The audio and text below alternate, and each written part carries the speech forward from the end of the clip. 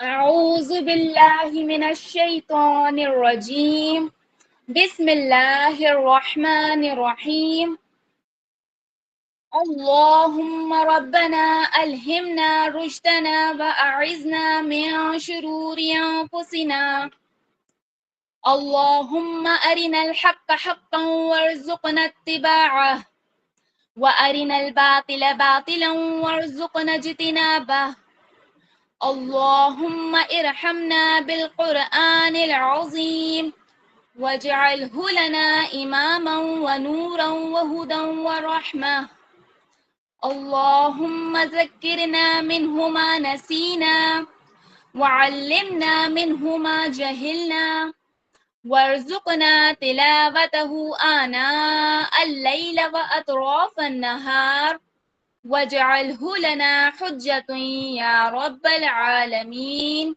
آمين رب اشرح لي صدري ويسر لي أمري واحلل عقدة من لساني يفقه قولي ربي زدني علما.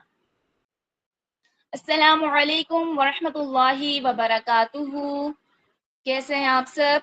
امید ہے آپ سب خیریت سے ہوں گے، ایمان اور صحت کی بہترین حالت میں ہوں گے. لاسٹ لیکچر میں ہم نے تختی نمبر 1 مفردات اور تختی نمبر 2 مرکبات کو اچھے سے پڑھا اور سمجھا. مفردات میں ہم نے الگ الگ حروف کی ادائیگی کی اور مرکبات میں ہم نے ایک ساتھ 2 مخرج کی ادائیگی کرنا بھی سیکھی اور 3 مخرج کی بھی ادائیگی کرنا سیکھی. آگے بڑھتے ہیں تختی نمبر 3 کی طرف. تختی نمبر 3 حروف مقطعات. یہاں میں آپ کے ساتھ اسکرین شیئر کرتی ہوں.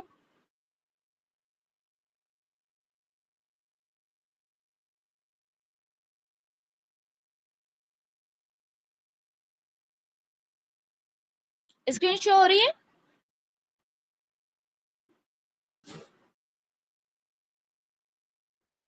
جی کائنڈلی تانیہ بتا دیں. جی ٹھیک ہے. شیئر. حروف مقطعات. حروف مقطعات کیا ہیں؟ وہ حروف جن کی ہجے نہیں ہوتی بلکہ ان کے نام لیے جائیں حروف مقطعات کہلاتے ہیں.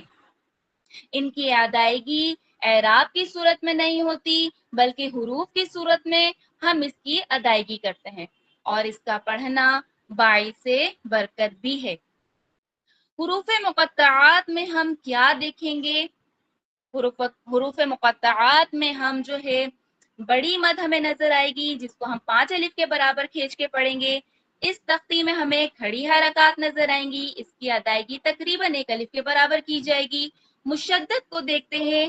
مشدد کی علامت حرف کو جوڑنے کا کام کرتی ہے اور ہمیں معلوم ہے کہ میم مشدد اور نون مشدد ہمیشہ غنہ کر کے پڑھے جاتے ہیں اور ان کا غنہ 1 الف کے برابر ظاہر کیا جاتا ہے. حروف مقطعات کی ادائیگی ایک سانس میں کی جائے گی. ادائیگی کی طرف آتے ہیں. ادائیگی کرتے ہوئے انشاءاللہ ہم اس کو اور اچھے طریقے سے سمجھیں گے. تختی نمبر 3 حروف مقطعات.